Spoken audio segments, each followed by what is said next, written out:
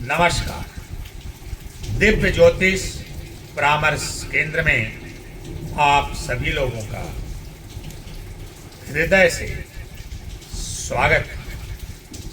प्रिय मित्रों, आज हमारी चर्चा एक बार फिर पितृपक्ष पर ही आधारित होने जा रही है, क्योंकि हम अपने आसपास अगल बगल बहुत सारा ऐसा परिदृश्य देखते हैं और चर्चाएं भी सुनते हैं जिनमें पितृपक्ष का माहौल उड़ाया जाता है।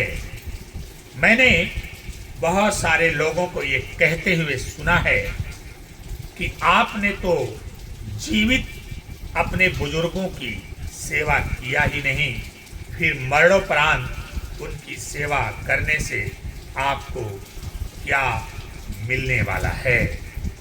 प्रिय मित्रों, सबसे पहले यहाँ पर मैं यह स्पष्ट करना चाहता हूँ कि वे लोग जो अपने जीवित बुजुर्गों की सेवा नहीं करते या उनका अपमान करते हैं, उनकी बात ही नहीं होनी चाहिए, क्योंकि ऐसे लोग सदैव गलत ही करते हैं। जो अपने बुजुर्गों का सम्मान नहीं करता, जो अपने पुरखों का सम्मान नहीं करता, जो अपने पूर्वजों का सम्मान नहीं करता, जो अपने अग्रजों का सम्मान नहीं करता, जो अपने कर्तव्य में निष्ठा नहीं रखता, ऐसा व्यक्ति चाहे जिंदा रहते हुए या मरणोपरांत कुछ भी करे, उसका कोई भी फल नहीं प्राप्त होने वाला है। प्रिय मित्रों, बात उनकी 100% सत्य है। मैं इस बात को अंगीकार भी करता हूं और इस बात को स्वीकार भी करता हूं। वो लोग कहीं न कहीं सही कह रहे हैं कि यदि आपने अपने जीवित बुजुर्गों की सेवा नहीं किया तो फिर मरणोपरांत उनका तर्पण करने से क्या फायदा होने वाला है।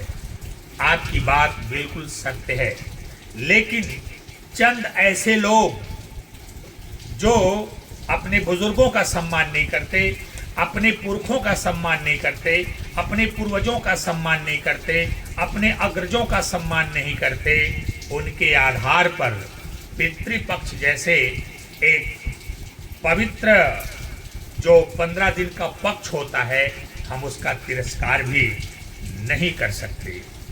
हम निवेदन करते हैं ऐसे लोगों से कि वो अपनी अल्पज्ञता और अनभिज्ञता को सामाजिक पटल या किसी ऐसे प्लेटफार्म पर लेकर ना आए जहां पर कि वो हंसी के पात्र बने। दोस्तों, सबसे बड़ी पूजा कर्तव्य पूजा होती है। कर्तव्य के प्रति निष्ठा होनी चाहिए। मैं बार बार इस बात को दोहराता हूं कि पूजा अपने कर्तव्य की पूर्ति के बाद ही होनी चाहिए। अब एक कर्तव्य सबका अलग अलग होता है। एक बच्चे का कर्तव्य अलग है, एक वयस्क का कर्तव्य अलग है, एक बुजुर्ग का कर्तव्य अलग है, और उसमें भी लोगों की कैटेगरीज हैं। कोई अधिकारी है, कोई कर्मचारी है, कोई मजदूर है, कोई किसान है, कोई नौजवान है, कोई सेना में जवान है। नाना प्रकार की कैटेगरीज हैं और नाना प्रकार के वर्गीकरण है। कोई शिक्षक है तो कोई गुरु है तो कोई डॉक्टर। प्रिय मित्रों, सबके अपने अपने कर्तव्य हैं और कर्तव्यों के प्रति निष्ठा होनी चाहिए। सबसे पहले आपको अपने कर्तव्यों का निर्वहन करना चाहिए। आपका जो कर्तव्य है, कर्तव्य के प्रति पूर्ण निष्ठावान रहिए। जिसका जो कर्तव्य है वह उसे अपने कर्तव्य को अवश्य जिम्मेदारी के साथ पूरा उत्तरदायित्व लेते हुए पूरी रिस्पॉन्सिबिलिटी के साथ करना चाहिए। यदि आप अपने कर्तव्य में निष्ठा रखते हैं, अपने कर्तव्यों का निर्वहन करते हैं, अपने परिवार के सभी सदस्यों का सम्मान करते हैं, बड़े बुजुर्गों का आदर करते हैं, उनके प्रति जो आपका कर्तव्य है, उनके प्रति जो आपके कर्तव्य में निष्ठा होनी चाहिए वो निष्ठा है। समाज के प्रति, गांव के प्रति, जवार के प्रति, दयार के प्रति, क्षेत्र के प्रति, देश के प्रति, प्रदेश के प्रति जो आपका कर्तव्य है, एक नागरिक होने के नाते अपने कर्तव्यों का निर्वहन करते हुए आप भगवान के सम्मुख केवल 1 मिनट बैठ करके एक मंत्र बोलेंगे तो निश्चित रूप से जो है भगवान आपके ऊपर प्रसन्न होंगे, देवता आपके ऊपर प्रसन्न होंगे और एक ही मंत्र के भरोसे आप देवताओं की कृपा प्राप्त करेंगे। और यदि आप अपने कर्तव्य के प्रति निष्ठा नहीं रखते, आप अपने कर्तव्य के प्रति निष्ठावान नहीं हैं, आप परिवार के प्रति कर्तव्यनिष्ठ नहीं हैं, आप अपने अग्रजों पूर्वजों के प्रति कर्तव्यनिष्ठ नहीं हैं, आप अपने पारिवारिक सदस्यों के प्रति कर्तव्यनिष्ठ नहीं हैं, आपको समाज के द्वारा, देश के द्वारा, प्रदेश के द्वारा किसी भी रूप में जो कर्तव्य सौंपा गया है, यदि उस कर्तव्य के प्रति आप निष्ठावान नहीं हैं, सारे कर्तव्यों का परित्याग करके आप दिन भर बैठ करके हजारों मंत्र, लाखों मंत्र का जाप करिए, भगवान और देवता आपकी इस पूजा पर ध्यान देने वाले नहीं हैं। इसलिए मैं बार बार कहता हूं कि एक इंसान होने के नाते हमारा कुछ दायित्व है, हमारी कुछ जिम्मेदारियां हैं, हमारी कुछ रिस्पॉन्सिबिलिटीज हैं, हमारे कुछ उत्तरदायित्व हैं और हमारे कुछ कर्तव्य हैं। उनके प्रति निष्ठा रखते हुए जब उनका सम्यक निर्वहन करने के उपरांत हम पूजा करने के लिए जाएंगे, क्षण भर ही पूजा करेंगे तो हमारी उस क्षणिक पूजा से ही देवता प्रसन्न होंगे और ईश्वर की कृपा हमें अवश्य प्राप्त होगी। इसलिए कर्तव्य ही सबसे बड़ी पूजा है, कर्म ही आपकी सबसे बड़ी पूजा है और कर्म में सत्कर्म का समागम होना आवश्यक है। जब तक कर्म में सत्कर्म का समागम नहीं होगा तब तक ये मान करके चलिए कि आप इस समाज में, दुनिया में यश, पद और प्रतिष्ठा को प्राप्त नहीं कर पाएंगे। प्रिय मित्रों, इसीलिए मैं बार बार सबसे आग्रह करता हूँ, अनुरोध करता हूँ और निवेदन करता हूँ कि एक पिता के प्रति अपना एक कर्तव्य होता है, माता के प्रति अपना कर्तव्य है, दादा के प्रति कर्तव्य है, दादी के प्रति कर्तव्य है, बच्चों के प्रति कर्तव्य है, जो हमारे तमाम रिश्ते हैं, पति पत्नी दोनों के बीच अपना अपना कर्तव्य है, नाना प्रकार के जो हमारे रिश्ते हैं उन रिश्तों के प्रति भी हमारा कर्तव्य है। अपने इन समस्त कर्तव्यों का सम्यक निर्वहन करते हुए जब हम अपने आप को पूजा पाठ से जोड़ेंगे और पूजा पाठ करेंगे तभी पूजा पाठ हमारे देवताओं द्वारा अंगीकार और स्वीकार की जाएगी। यदि सबकी अवहेलना करते हुए, सबका तिरस्कार करते हुए, सबका अनादर करते हुए हम दिन भर बैठ करके कई महीनों, सालों लगातार कई लाखों करोड़ों मंत्रों का जाप करेंगे, इससे देवताओं को कोई फर्क नहीं पड़ने वाला और हमारे ऊपर उनकी कोई भी कृपा नहीं मिलने वाली है। आइए बात शुरू करते हैं कि पितृपक्ष को लेकर के बहुत सारे मजाक किए जाते हैं लोगों के द्वारा और ये कहा जाता है कि आपने तो अपने जीवित बुजुर्गों की सेवा किया ही नहीं, फिर मरणोपरांत उनका तर्पण करके आप क्या दिखाना चाहते हैं। प्रिय मित्रों, मैं आपको बता दूं कि पहली बात तो पितृपक्ष उनके लिए है ही नहीं जो अपने जीवित बुजुर्गों की सेवा नहीं करते। पितृपक्ष उनके लिए है जो जीते जी अपने बुजुर्गों का खूब सम्मान करते हैं, आदर करते हैं और मरणोपरांत भी उनका तर्पण करते हैं, उनके लिए है। हाँ, पितृपक्ष इनके लिए भी हो सकता है जो जिंदा रहने पर अपने बुजुर्गों की सेवा नहीं किए, उनका अनादर किए, उनके लिए भी ये अवसर है। कैसे है ये अवसर? इस समय वो प्रायश्चित कर सकते हैं। प्रायश्चित करने का अवसर ये 15 दिन का दिया गया है कि जिन लोगों ने जीते जी अपने बुजुर्गों की सेवा नहीं किया, अब वो प्रायश्चित करें, प्रायश्चित में क्या करना है, जो तर्पण इत्यादि किया जा रहा है वो तो करेंगे ही, लेकिन केवल तर्पण कर देने से अपने पूर्वजों का आपका प्रायश्चित पूर्ण नहीं होता। आपको प्रायश्चित करना है तो घर में जो शेष बुजुर्ग हैं उनका सम्मान करना प्रारंभ कर दीजिए। आसपास पड़ोस के जो बुजुर्ग हैं उनका सम्मान करना प्रारंभ कर दीजिए। आप इस तरह से प्राणियों की सेवा करना शुरू कर दीजिए। सबकी सेवा करिए और सबका सम्मान करिए। बुजुर्गों का, परिवारजनों का, सदस्य जनों का सबका सम्मान करिए। यदि आप ऐसा करेंगे तब जाकर के जिन पितरों का आपने अपमान किया है और उनका आप तर्पण करेंगे तो हो सकता है कि आपके प्रायश्चित को देख करके वो उनकी कृपा आपके ऊपर बने और वो आपको माफ करें और आपके जीवन को सुखी एवं संपन्न बनाएं।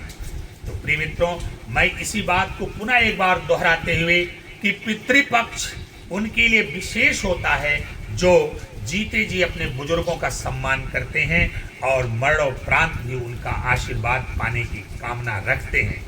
लेकिन ये पितृपक्ष उनके लिए भी होता है जो जीते जी अपने बुजुर्गों का सम्मान नहीं करते।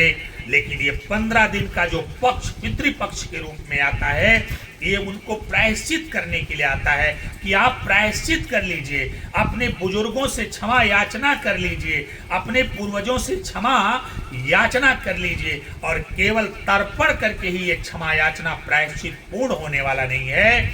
आपके लिए जरूरी होगा कि परिवार में जो भी सदस्य बुजुर्ग हैं उनका सम्मान करें, साथ ही आसपास पड़ोस के जितने बुजुर्ग हैं सबका सम्मान करें।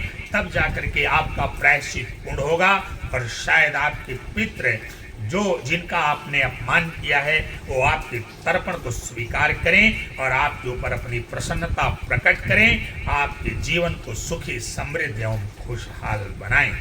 प्रिय मित्रों, उन लोगों से जो लोग माखौल बनाते हैं पितृपक्ष का, मैं उन लोगों से कहना चाहता हूं कि इसका बहुत बड़ा वैज्ञानिक आधार है।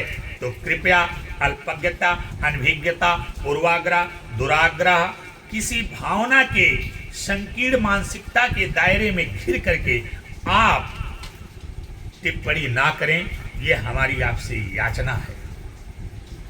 तो प्रिय मित्रों, ये पितृपक्ष का आप सभी लोग लाभ उठाएं, अपने पितरों का सम्मान करें, आदर करें, ताकि आने वाली नस्लों को, आने वाले वंशजों को एक शिक्षा और सीख मिल सके कि हमें जीते जी किस तरह से अपने बुजुर्गों का सम्मान करना है और मरणोपरांत भी हमें उन्हें किस तरह से याद रखना है।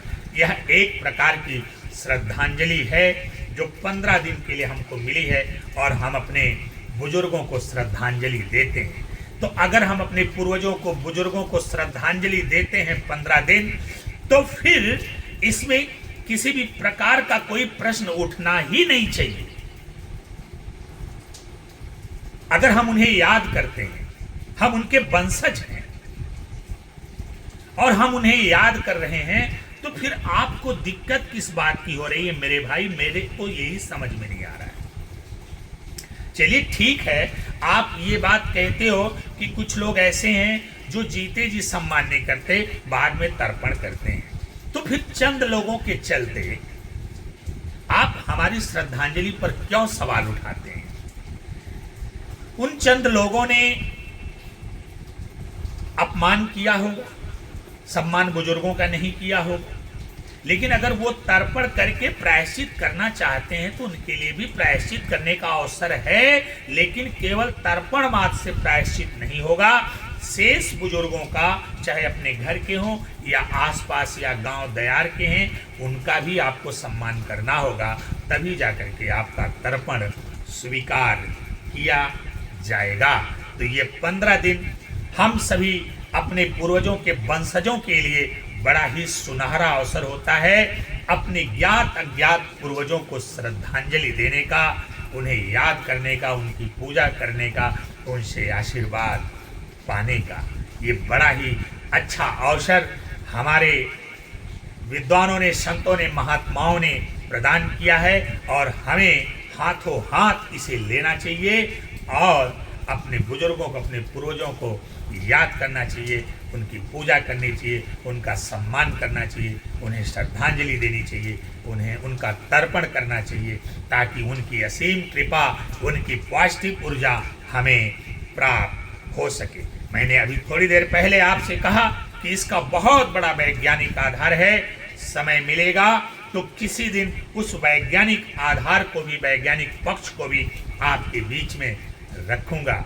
एक बार पुनः आप सभी लोगों से मेरा करबद्ध है, निवेदन है कि कृपया अपनी नकारात्मक सोच को अपने अंदर तक ही सीमित रखें, समाज में जहर बोने का काम ना करें। अगर हम उनके वंशज अपने पूर्वजों को याद करते हैं, अपने पितरों को याद करते हैं, उन्हें श्रद्धांजलि देते हैं, तो इसकी सराहना करें, आप भी करें, औरों से भी करवाएं।